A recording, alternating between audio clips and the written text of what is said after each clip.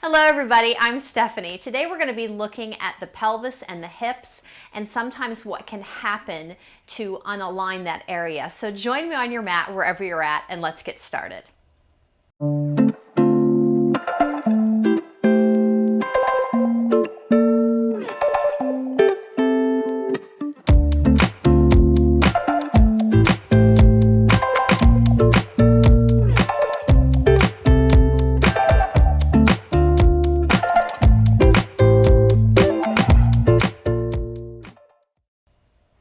Today we're going to be taking a look at the pelvis and the hips and how that relates to how the pelvis can get unaligned sometimes. It can tilt in the wrong direction and you might have an anterior pelvic tilt. So all that means is that the pelvis is tipped forward. So you want to kind of think of the pelvic girdle like a bowl, and if it's tipping forward like you're dumping water out the front, that's an anterior pelvic tilt. And that can be seen, I'm going to stand up here and show you, as looking like you're kind of duck butting it. You're kind of sticking things out. So the pelvis is tipping forward and the hips and the buns are reaching back. And this can happen sometimes after pregnancy. During pregnancy, there needs to be room allowed for, and there's extra weight in the front half, and there's room allowed for birth. And so there can be a slight pelvic tilt forward, anterior pelvic tilt. This can also happen if you're overweight, you're carrying some extra weight on the front. This also can happen if you spend a lot of time sitting or you spend a lot of time inactive, because what is essentially happening in all of these times during pregnancy, if you're overweight, if you're sitting a lot, if you're inactive, is that the front half of the body is getting very tight. Everything's kind of closing off. So the thighs are very tight, the hip flexors are very tight, and that's going to feel and pull on the low back, and the low back gets very tight also.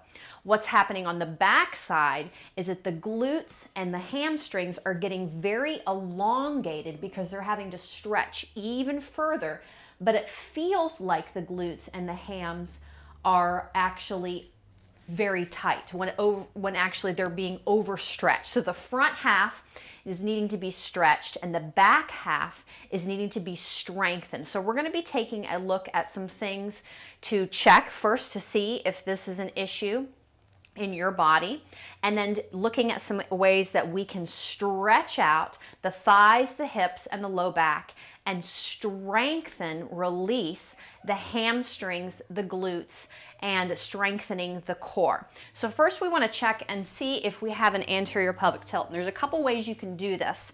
You can check on your back. So if you come to laying on your back, just in a normal position, nothing is engaged, and you're able to slip almost an entire hand underneath the low back. And I do have an anterior pelvic tilt naturally, so when I am just letting things kind of go naturally, I can slip my entire hand underneath my back. There is always going to be a tiny, tiny arch, but instead of it thinking like, oh my gosh, I can slip my entire hand, it needs to be more of a little bug can go underneath it. So not a very big pronounced sway back, but there is a natural sway in the back. But if it's so much that the hand can go underneath when you're lying on the floor, you're going to have an anterior pelvic tilt. Another thing you can do to check if you don't want to lay down on the floor is you can go up against the wall. The heels are not up against the wall, but you're going to press the bum into the wall and the shoulders into the wall and then just come to a natural stand. And if again, you can slip that hand all the way behind, you've got that anterior pelvic tilt. You can also see this in some of your poses. So if you're coming to chair pose, you might realize that you've got a sway back there. That's why you'll hear me say a lot of times, core in, tailbone down. We're taking out the sway back. This may also happen in Warrior One. So when you're coming into Warrior One, you might be reaching the hips back, and notice how the pelvis is tipping forward. So same thing, we're wanting to correct the issue there. Or you may also see it in Warrior Two, where the bum is sticking back and it's not reaching straight down. So if you're feeling some of these things, when you're coming into these poses, chair pose or into Warrior One or Warrior Two, you're feeling like the low back is really hurting, like it's crunching, that may be an indication that you have an anterior pelvic tilt. So Some of the things that we're going to start to do is we're going to first stretch out the areas that are very, very tight. We're going to begin with the low back. So one of the first poses you can come into is child's pose. Toes touching, knees apart, reaching your tailbone back towards your heels. Really, really finding some length and stretching out the low back. So instead of it crunching into the vertebrae, you're creating space, reaching the hips back and reaching the crown forward, really, really stretching. And as you're doing that, you might even feel the opposite of an anterior pelvic tilt, where you're kind of tucking the bum under a little bit to reach the hips back. So spending a few breaths here, reaching back through the hips and forward through the crown. The hands can also be reaching back behind you, but it's real important to keep reaching back, back, back through the hips, reaching back through the tailbone, finding length in the low back. And you can spend a few breaths here, really reaching back through the spine and forward through the crown. So that's one beautiful stretch that you can take. Next, we're going to look at opening up the hip flexors, taking a low runner's lunge. So beginning in tabletop, you're going to step your right foot up outside both of your hands and walk the left knee and left toes back. And instead of feeling this lunge forward, we're lunging almost down. So you're really reaching down through the hips, opening up the hip flexors. Just taking it very, very gently. We don't want to take a very, very deep stretch, as these muscles are going to be very, very tight to begin with. So taking a few breaths here, really finding a release, reaching the hips down towards your mat. And then doing the same thing on the other side. So bringing the right knee back and then stepping the left foot to the outside of both the hands. Walk the right knee, right toes back. And again, really letting the hips sink. You're getting the hip flexors in here, stretching out. And we never want to press. We just want to kind of let gravity do its thing and let the breath relax those muscles. We're not pressing, pressing, pressing. You might do that again on both sides. So bringing the left knee back, right foot steps forward. You can do low runner's lunge on both sides. Again, just for another couple breaths. So we've stretched out the low back. We've stretched out the hip flexors. Next one that we want to do is we want to stretch out the outer hip. It's not so much the glute and the hamstrings, but we're going to look at the outer hip. So coming to a standing position, and you're going to cross. We're going to begin with the right foot crossed over the left. And then the thighs are touching. So making sure the thighs are touching and they're not way far apart. Belly button's going to pull in. On your exhale, just kind of falling down, maybe softening the knees a little bit. You're going to notice a really deep stretch on the outer left hip. So not really worrying about getting the crown down, down, down. This is more for the outer hip here. So this is a cross leg standing forward fold, spending a few breaths here.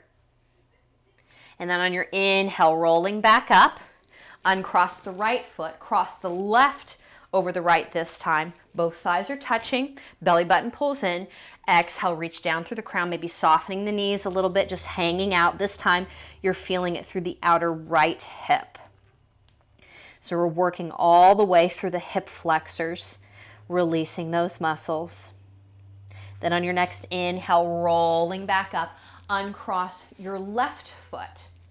The next one we're going to do is we're going to stretch out the thighs here. You can do this just from a standing position, or if you need to, you can grab onto a little bit of support. So we'll begin stretching out the left quad. So all you're doing is finding a little bit of support if you need to, and then reaching back for the inside of the left foot. Knees are going to come together.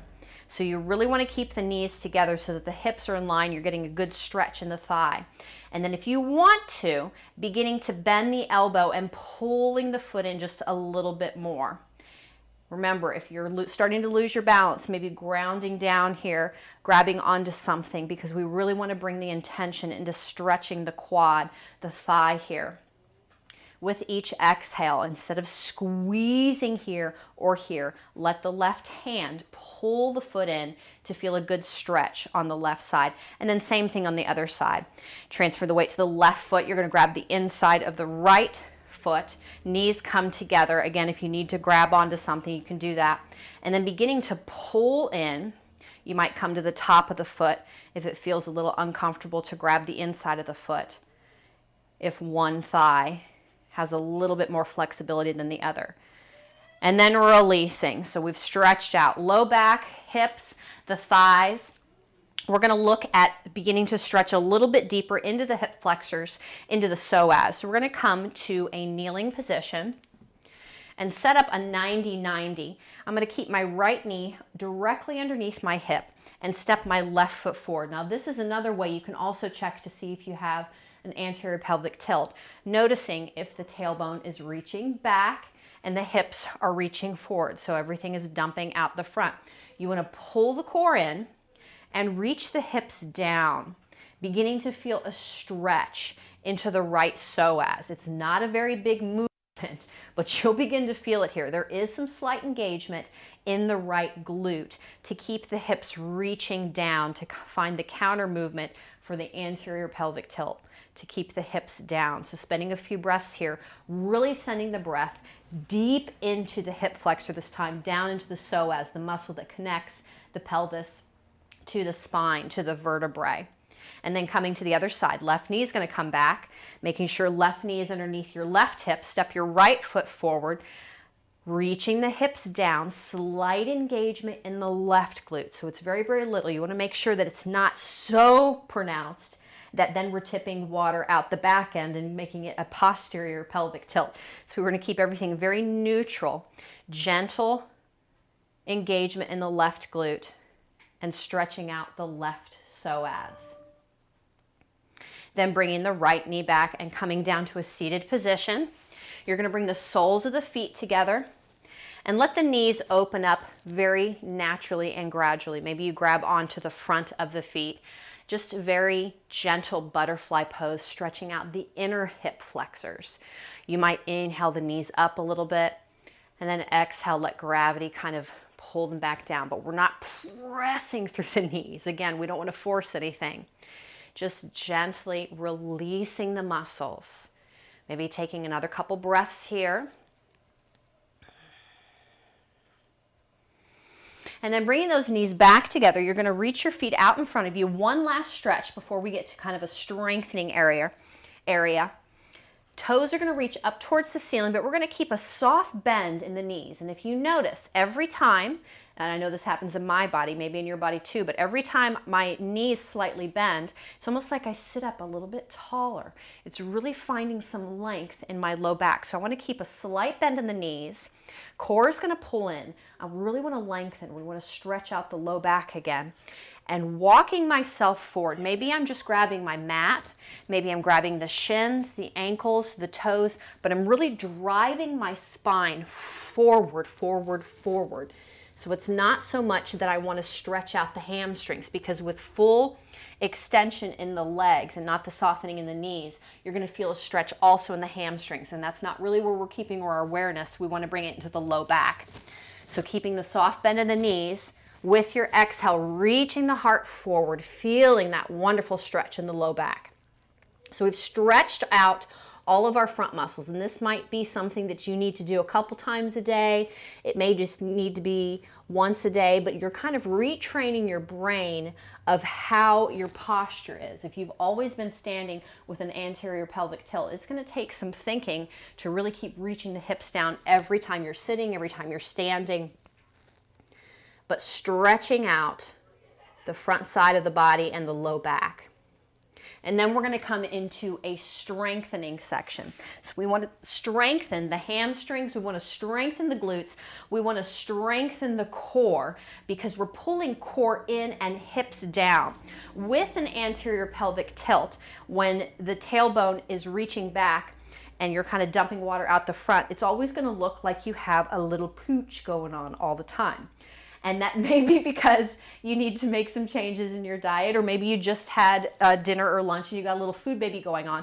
But sometimes it can also mean that you've got such a pronounced anterior pelvic tilt that the belly is just sticking out.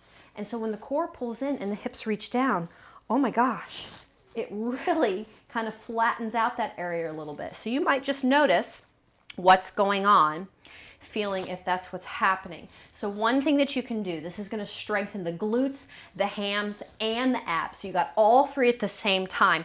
You're kind of doing a deadlift with a single leg. So it's a single leg deadlift. We're going to start with the right leg lifting. So I'm going to transfer my weight to the left side, really pulling my core in, bowing from the waist. Right foot's going to reach back behind me, and inhaling, come back up, hover, hover, hover. Little squeeze in the glute, core is still engaged. So exhaling, bow, lift the leg, inhaling, come back. So you're just taking a few of these. You can really begin to feel the muscles working, even the glutes and the hamstrings on the left side. They're strengthening and not stretching. Beautiful. Then we're going to do the other side. So transfer the weight to the right foot. Core is pulling in, bowing from the waist with your exhale. Left foot's going to lift. Feel the right hamstrings, the right glutes, the core is still pulling in. Inhale, come back up. Left foot still hovering, it's still lifting. We really want to work this right side. Exhale down. Whoop. Inhale back up. If you fall out, that's okay. Just really keeping things engaged. One more. And then bringing the left foot down. Another one that you can do that's really going to work the core and the low back is coming into a plank. It doesn't have to be on the toes, but grounding down, shoulders over the wrists, pulling the core in, pressing down into the mat. You can keep the knees down, but the knees are way back behind the hips. If you're in tabletop, you're not going to get the core to work quite as much. And you're just holding here. So you can stay on the knees. You can tuck the toes and come to plank in the toes, but really feeling this pulling up and in with the core. Feeling the core, all sides, kind of course it in, below the belly, above the belly, the sides of the belly. Staying here for a few breaths. If you need to, maybe the knees come back down. And staying for another few breaths, but really feeling the core pulling in. And you've got this long line from crown to knee or crown to heel. Instead of reaching the hips up, we want to keep everything very neutral.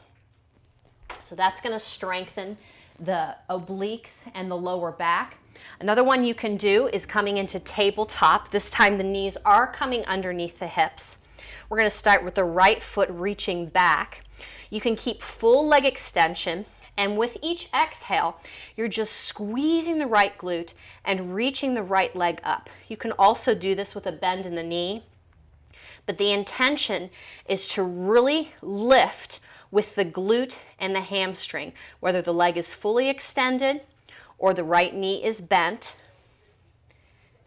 And you're keeping the core nice and neutral, so it's not taking an arch in the back every time, but you're using the glute and the hamstring to lift the leg. And then bringing the right knee down, doing the other side. Left foot can reach back behind you, full extension as you exhale, and squeeze and lift, or bend in the knee, squeeze and lift. But I want to keep some engagement all the way through the leg, really working the hamstring and the glute. And then bringing the left knee back down.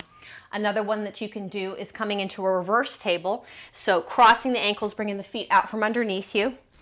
Hands coming back behind you, fingers in towards the glute.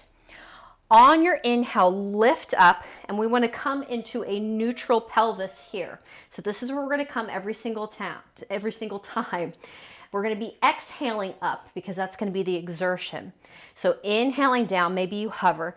Exhale, lift up. This is really working on strengthening the hamstrings and the glutes, more hamstrings than glutes. And just taking maybe a few rounds there into your reverse table. And then this pairs beautifully coming down into your bridge. Tailbone's going to come all the way down. You're going to lower all the way down to your back, ankles underneath your knees, knees as wide as your hips. And we're going to exhale, lift and squeeze the glutes. So it's not just a heart opener we're paying attention to. We're not coming into the pose and holding. We want to find some activation here. So inhaling down, hover the tailbone. Exhale, lift up, squeeze. Really feel the engagement in the glutes. And at the same time, that's going to lengthen and open up the hip flexors and the psoas. So taking a few rounds here. Inhale down, exhale up. You'll notice how this position here kind of counterbalances the anterior pelvic tilt also. So even if you're just holding, you're going to get some great benefit there. Maybe doing a few more rounds. And then coming back down. Another one to do to really work the core and the obliques is your good old yogic bicycle. So we're going to begin with the left leg extended. Right knee is going to be bent. Hands right behind your ears. You're lifting straight up. So you're not crunching in. You're lifting straight up. You're really going to feel this in the sides. Left elbow towards your right knee. So it's opposite knee, opposite elbow. Left foot's going to hover. So we're going to keep the long leg to the floor hovering above. And then switching sides, right elbow to left knee. Really taking your time. You can take it nice, control and slow. Or moving back and forth a little bit quicker. But you're going to begin to feel this in the sides. Really getting the obliques to work, work, work, work, work. And then coming back down, maybe taking some gentle movement, bent knees, rock side to side, or maybe round in corners, round in circles. Just massaging out the low back. And then bringing the feet back down. Another gentle one that you can do is just pressing the low back down into the mat. So you're taking the arch out with each exhale. Pull the core in, low back to the mat. Inhale, let everything relax. You've got the arch. Exhale, press the low back down into the mat. That's going to really begin to build the muscles of the low back and the core at the same time. And you're also just noticing the way that your pelvis is tipping back and forth. Taking a couple of rounds there. And then always ending maybe with this tried and true one of our belly twist. Left leg's going to go long to the floor this time. Right knee's going to bend. Left hand stays with your right knee. Right hand opens to the side. With your exhale, right knee's going to go to the left. Left hip walks underneath you because we want to get the big twist up through the belly and not make it so much a hip twist. So the hips are staying in line with the spine and they're not way over here. So you want to walk the hip underneath you. And with each exhale, lengthening through the side, but really bringing that awareness to lengthening the low back, because after you've strengthened these areas, sometimes they can dump into the low back again. We really want to release there again. Then inhale, right knee comes back to center. And exhale, right leg goes long other side. So the right leg's going to stay to the floor. Bend your left knee. Right hand with your left knee. Left palm opens to the side. With your exhale, left knee goes to the right. Right hip walks underneath you, again to the left. Again, we want to line up hips with spine. And with each exhale, really releasing the low back. So I hope this has helped. I hope this has made sense. Basically, you're stretching out the front and strengthening the back side to kind of correct the anterior pelvic tilt. Then bringing left knee back over the hip. Leg can go long. You can hang out in Shavasana for a little bit. Or if you're ready to go, rolling onto one side or the other, pressing yourself back up. Really feeling even here, core pulling in and hips reaching down, just coming to a nice tall seated posture. So even when we're sitting down, we want to make sure that we're not allowing the pelvis to tip forward, but we've got a nice neutral spine. Thank you so much for spending your time with me today. Blessings and namaste.